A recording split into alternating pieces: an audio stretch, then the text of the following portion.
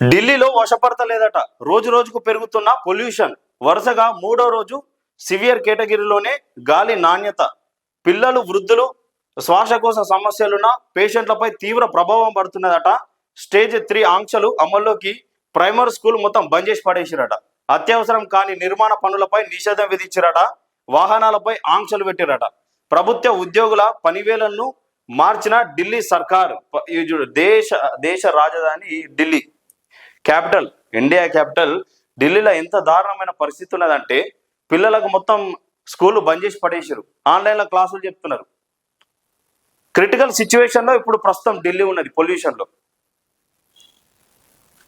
ఆంక్షలు విధిస్తారు. ఆ వాహనాల పైన కానీ, ఆ పనిచేసేటోళ్ళ మీద కానీ, ప్రభుత్వ ఎంప్లాయీస్ మీద కానీ, పిల్లల మీద ఆంక్షలు విధిస్తారు. మొత్తం వశపడతలేదట. రోజు రోజుకు పెరుగుతున్నదట కాలుష్యం. ఎవరైతే ఈ పేషెంట్లు ఉంటారో, పిల్లలు కానీ, వృద్ధులు కానీ, ఏదైనా శ్వాసకోశ సమస్యలు ఉన్న పిల్లలు ఉంటారో, ఇంకేదైనా సమస్యలు ఉన్న పిల్లలు ఉంటారో, పెద్దవాళ్ళు ఉంటారో, వాళ్ళ మీద తీవ్ర ప్రభావం పడుతున్నదట. అన్ని స్టేట్లలో గట్టినే ఉన్నది, ఇక్కడని కాదు. కాకపోతే తక్కువ ఎక్కువ అన్న డిఫరెన్స్ ఉన్నది, కానీ అన్ని రాష్ట్రాలలో గట్టినే ఉన్నది. పొల్యూషన్ ఎవరు కంట్రోల్ చేయాలి? పొల్యూషన్ బోర్డు ఏం చేస్తుంది? ఇప్పుడు రాష్ట్రాలలో పొల్యూషన్ బోర్డులు ఎక్కడన్నా పనిచేస్తున్నాయా? ఈ ఫార్మా కంపెనీల విషయాలలో కానీ, ఈ వాహనాలలో కానీ.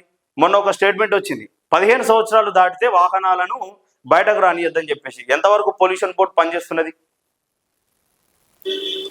రేపటి నాడు ఫ్యూచర్ ఇదే మనము ఇక ఎయిర్ ప్లాంట్ పెట్టుకొని ఆ రూములలో గంటకు 1500-1000 రూపాయలు పెట్టి మంచి గాలిని తీసుకోవాలి. ఇక అవి కూడా వస్తాయి. ఇప్పుడు ఢిల్లీలో వచ్చినాయి, అన్ని రాష్ట్రాలలో కూడా ఏర్పడతాయి. ఒక గంటకు మనం ఆ రూమ్లోకి పోయి గాలి పీల్చుకొని రావాలి. మళ్ళీ బయట అదే గాలి. ఆ పరిస్థితి వస్తుంది ఇప్పుడు ఇక అన్ని రాష్ట్రాలకు. దేశ రాజధాని ఢిల్లీ నగరాన్ని కాలుష్యం కమ్మేసింది.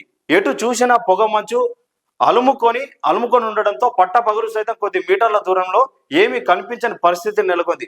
ప్రపంచంలోని అత్యంత కాలుష్య నగరంగా మారిన ఢిల్లీ దాదాపు ఒక గ్యాస్ ఛాంబర్లా మారిపోవడంతో జనం శ్వాస ఆడక ఉక్కిరి బిక్కిరి అవుతున్నారు. విపరీతంగా కమ్మేసిన పొగమంచు కారణంగా వాహనాలు, విమానాల రాకపోకలపై ప్రభావం పడిందట.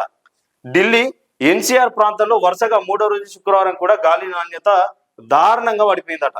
మనమేమో ఇంకేదో రాష్ట్రం, దేశం ఇంకేదో అభివృద్ధి అవుతుందని మనం అనుకుంటున్నాం. కానీ వాస్తవాలు ఇట్లున్నాయి. ఈ స్థాయిలో ఉన్నాయి వాస్తవాలు. చూయించేది ఒకటి, చేసేది ఒకటి అన్నట్టు మన పనులు ఉంటాయి. ఉక్కిరి బిక్కిరి అయిపోతున్నారట ఢిల్లీలో ప్రజలు. మొత్తం సత్తము బత్తము అన్నట్టు అయిపోయింది అలా పరిస్థితి అట.